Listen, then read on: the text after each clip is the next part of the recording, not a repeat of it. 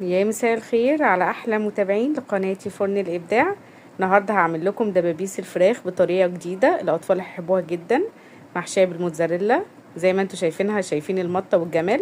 هي كانت سخنه جدا، مش قادره امسكها من السخونيه، بس حلوه قوي قوي. يلا بينا على طول على الطريقه والمقادير.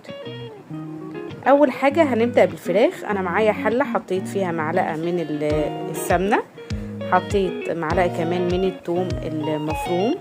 هبدأ ان انا اشوحه كده. اول ما هيبدأ الريحة تطلع معايا هحط معلقة صغيرة من الكزبرة المطحونة. هبدأ اقلبها وانزل على طول بدبابيس الفراخ اللي معايا. هبدأ اقلبها في التومة لغاية لما تتشوح حلو وتتغلف، وبعد كده هطشها على طول بالمية المغلية.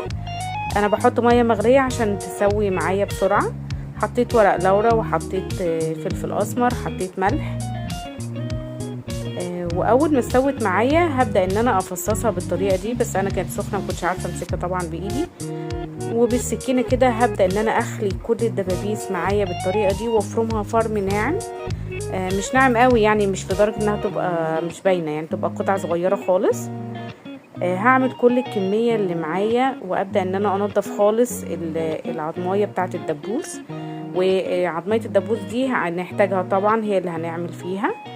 فهبدأ ان انا اقطع كل الكمية اللي عندي بتاعة الفراخ بالطريقة دي. لو انت عندك شوية كمان مثلا غير الدبابيس ممكن تعملي كده، بس انا كنت عاملة نص كيلو من الدبابيس فطلعت لي بسم الله ما شاء الله وبركة كبيرة وزادت معايا كمان. بعد ما هفرمها فرم ناعم هسيبها على جنب وابدأ في الخطوة التانية. هجيب راسين من البطاطس، مش اكتر من كده، يعني النص كيلو خدت راسين متوسطين من البطاطس لان انا مش عايزة بطاطس كتير. هحطها في ميه واحط عليها شويه من الملح وهبدا ان انا اسلقها سلق كامل. واول ما هتبرد معايا هسيبها عشان احطها على الخليط. في المرحله دي انا ضفتها للفراخ اللي انا فرمتها. لو وصلتي معايا لغايه المرحله دي ما تنسوش تعملوا لايك وسبسكرايب واي كومنت جميل منكم، ده بيشجعني عشان اكمل. بدأت ان انا اعجن فيها كده بايديا لغاية لما تمتزج كل المكونات معايا. هضيف كمان معايا شوية من الموتزاريلا علشان لما تيجي تقطعيها تبقى فيها مطة حلوة كده وجميلة.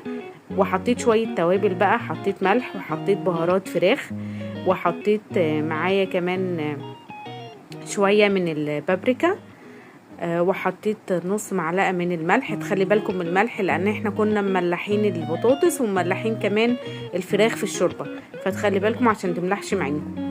كمان هحط شويه من الفلفل الاسمر.